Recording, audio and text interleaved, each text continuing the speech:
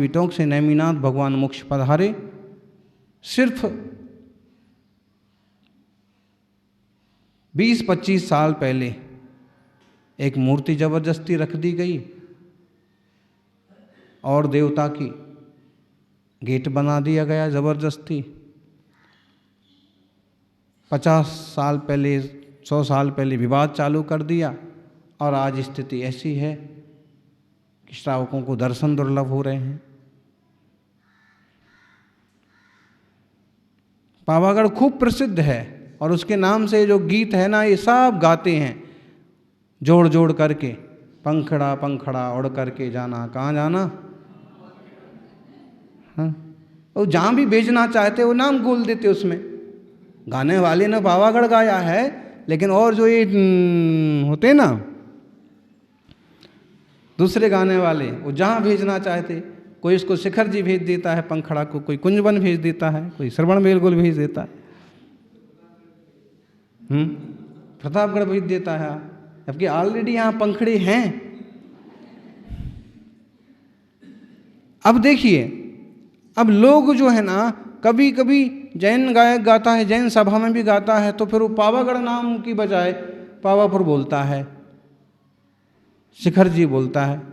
ठीक है, क्योंकि आज वो प्रसिद्ध तीर्थ हैं, लेकिन पावागढ़ खुद प्रसिद्ध तीर्थ है, रहा है। पावागढ़ में आज भी पहाड़ पर देवी जी का तो एक ही मंदिर है, बाकी 7-8 तो दिगंबर जैन मंदिर हैं।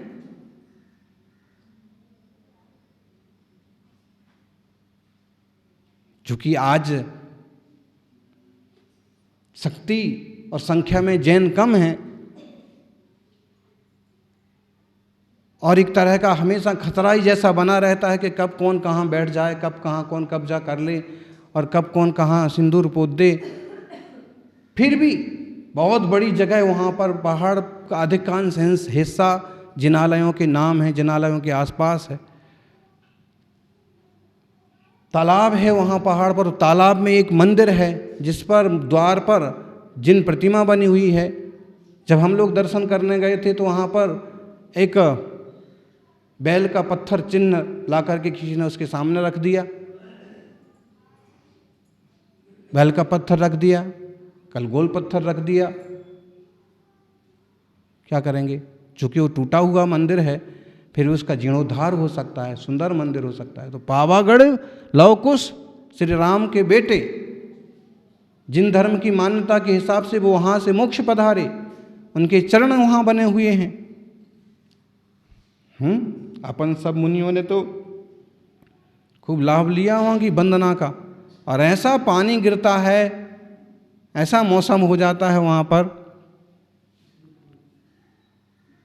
तो वहाँ ऊपर, और जो देवी जी के मंदिर तक ऊपर तक जाने की सीढ़ियाँ हैं, अधिकतम सीढ़ियों में जिन प्रतिमाएं टाँकी हुई हैं, कहीं उल्टी कहीं सीधी, कहीं उनका हाथ दिख रहा, कहीं सिर दिख रहा है, क्योंकि सामने वालों को तो सिर्फ पत्थरों का उपयोग करना था, उनको जिन प्रतिमाओं से तो कोई लेना देना था नहीं। ऐसा विचित्र है। फिर भी हमें इससे मालूम पड़ता है कि जिन धर्म अत्यंत विस्तृत और प्राचीन रहा है।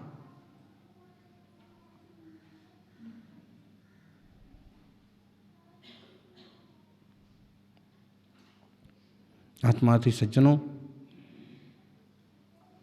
प्राचीनता से भी सच्चाई का बोध होता है, प्रभाव से भी सत्यता ज्ञापित होती है। इसलिए चिन्हों, तीर्थों, जिनालयों, संस्कृतियों की सुरक्षा होना बहुत जरूरी है।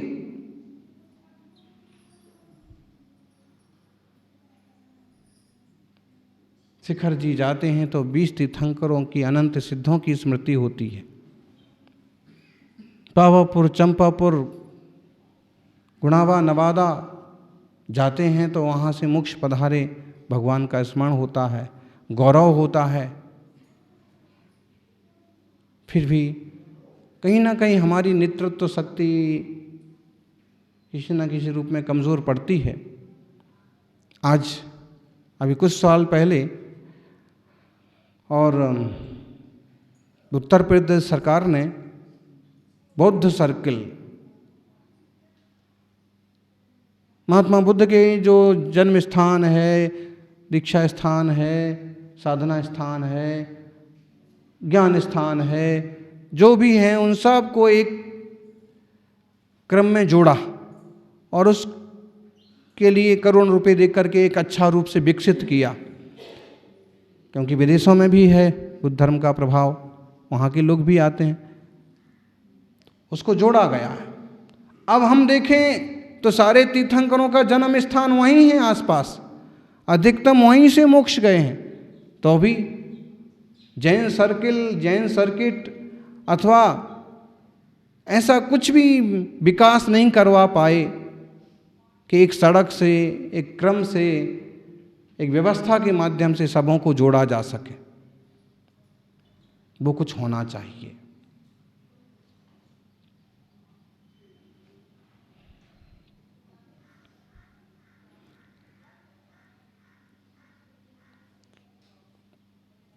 लगभग 10, 12, 15 साल पहले खजुराहो का एक बड़ा महोत्सव मनाया गया था।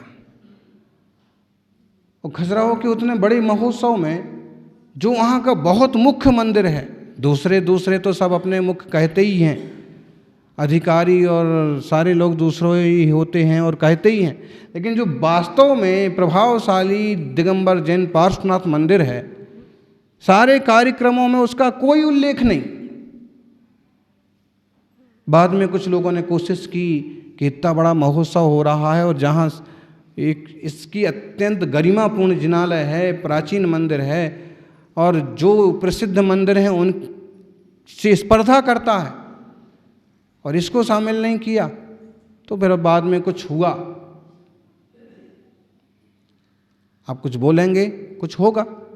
अयोध्या के विकास की बात चल रही है।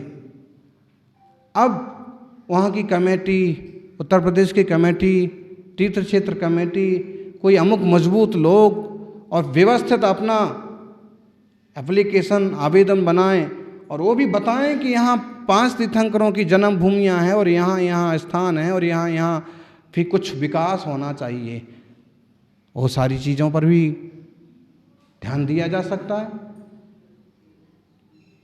देखो, हम सिर्फ एक कह के नहीं चुप रह सकते हैं कि हम तो थोड़े हैं, हम क्या करें। अरे एक आदमी भी आवाज़ लगाता है ना, तो सुनने वाले कभी कभी अकेले एक आदमी की आवाज़ भी सुन लेते हैं। तो कुछ करें जिन आयतनों की सुरक्षा के लिए, जिन संस्कृति की सुरक्षा के लिए। पर्युषण पर्व सामने हैं, 10 लक्षण पर्व सामने हैं। अब शराब की दुकानें खुल गई हैं, होटल्स भी खुल गए हैं, बाजार भी खुल गए हैं और बंद हैं तो सिर्फ मंदिर बंद हैं। अरे जिन नियमों शर्तों के साथ वो बाजार खोल दिए हैं, ऐसे नियमों शर्तों के साथ मंदिर भी खोल देना चाहिए सरकार को। और कम से कम अब 10 लक्षण के दिनों में तो खुलना ही चाहिए जिनालय, और लोगों को अपने नियम और कानून के साथ में मंदिर जाकर के भगवान की आराधना करना चाहिए।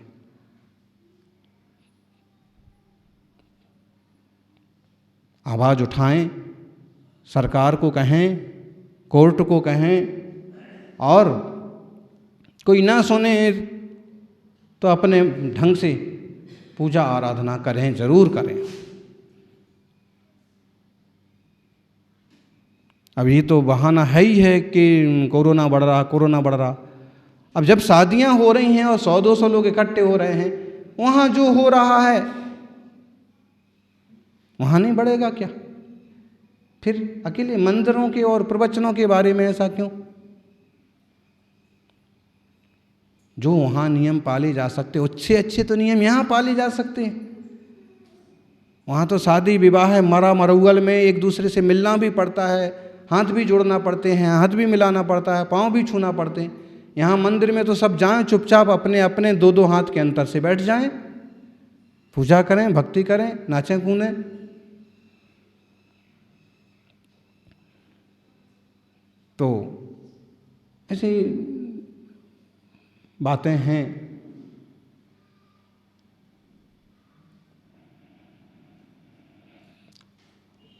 प्राचीन काल से ही देश और दुनिया में जिन धर्म अत्यंत प्रभाव के साथ रहा, दक्षिण के सारे राजवंश, अधिकतम राजवंश जिन धर्म को पालते और मानते रहे, और उत्तर के ढेरों राजवंश, अनेक राजवंश कुछ तो सीधा मानते थे और कुछ आश्रय देते थे, सम्मान करते थे। विरोध करने वाले बहुत कम हुए, लेकिन एक काल ऐसा आया कि तमिलनाडु में शैवों के कारण से, कर्नाटक में वैष्णवों के कारण से,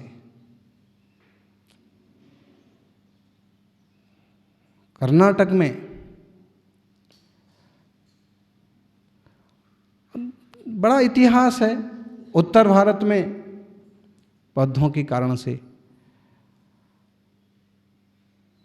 फिर बाद में जो कुछ बचा खुचा वो मुसलमानों और अंग्रेज़ों के कारण से बहुत नुकसान हुआ जिन धर्म का, बहुत ज़्यादा।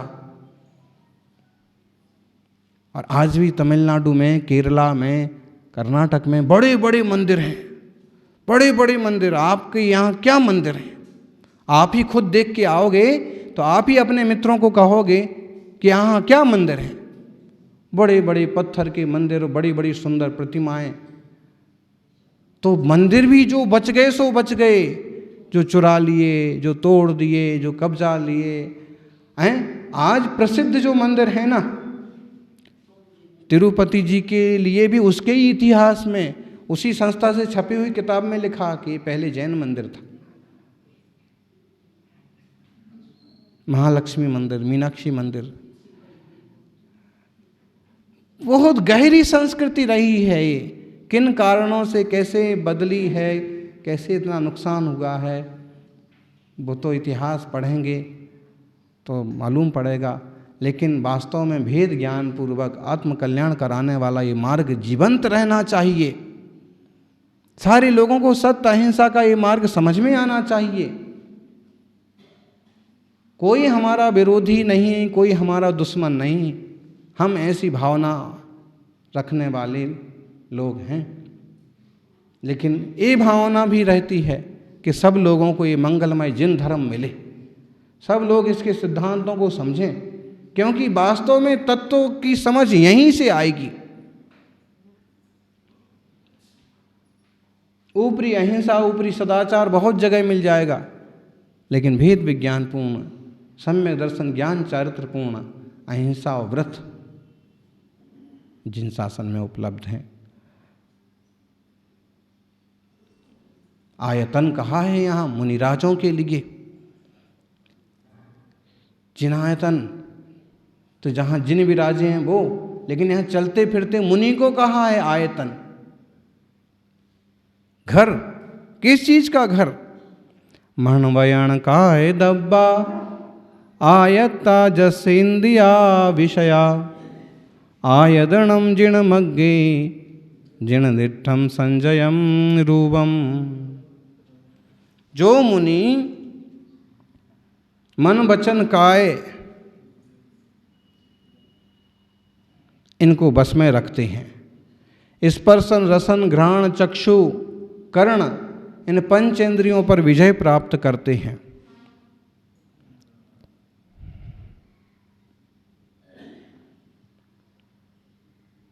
अत्यंत संयमी हैं, शांत हैं,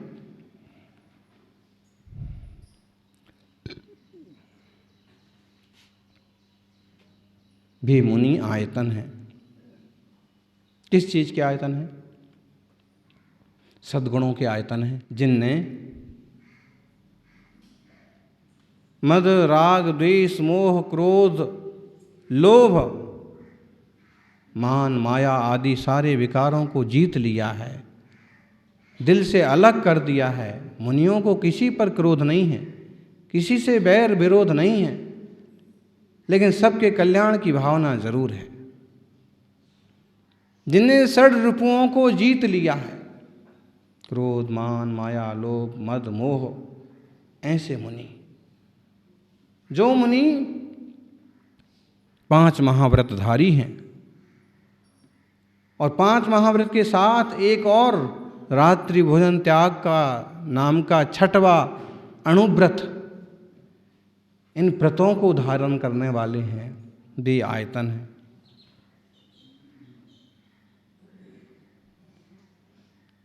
आप विचार करें, अहिंसा, सत्य, आचौर्य, ब्रह्मचर्य, अपरिग्रह को महाव्रत कहा है और रात्रि भोजन त्याग को छठवां अणुव्रत कहा है। और अणुव्रत इसलिए कहा है क्योंकि भोजन पूरी तरह से त्याग नहीं किया जा सकता है। दिन में एक बार तो भोजन करते हैं, बाकी रात में भोजन नहीं करते हैं, और उसके अलावा एक बार के अलावा मुनि कभी भोजन नहीं करते 24 घंटे में, इसलिए उसको अणुव्रत जैसे कहा है। तो ऐसे व्रतों को जो पालते हैं और एक कदम आगे बढ़ कर के कहा कि सिद्धम जस सदत्थम विशुद्ध झाणस्य नाणजुत्तस्य सिद्धा यदनम सिद्धम मुनिवर व सहस्र मुनिदत्थम। जिस मुनि ने शुद्ध आत्मा को सिद्ध कर लिया है, शुद्ध आत्मा ही सिद्धायतन है। जिन मुनिराज ने पदार्थों को अच्छी तरह से जान लिया है, 7 तत्वों को, 9 पदार्थों को, पंचास्तिकाय को, षड द्रव्य को अच्छी तरह से जाना है और विशुद्ध आत्मा का जो ध्यान करते हैं, ज्ञान युक्त हैं, ऐसे मुनिराज आयतन कहलाते हैं। सच्चे आयतन, चलते फिरते आयतन। आयतन का मतलब है कि जिनका आश्रय लेने से लाभ हो, सुरक्षा हो। घर को भी आयतन कहते हैं, और उस घर की छतरी के नीचे जो रहता है, घर में जो रहता है, उसकी सुरक्षा होती है। ऐसे ही ये आयतन है मुनिराज, इनकी संगति में रहेंगे तो आत्मा की, परिणामों की सुरक्षा होगी, विशुद्धि होगी। इसलिए मुनि रूपी आयतन, सच्चे देव शास्त्र गुरु रूपी आयतन और इनकी सेवक वर्ग की संगति करते रहें। वीतराग जिन मार्ग को समझें, इससे आत्मा का कल्याण होगा। जय बोलिए 24 तीर्थंकर भगवान की।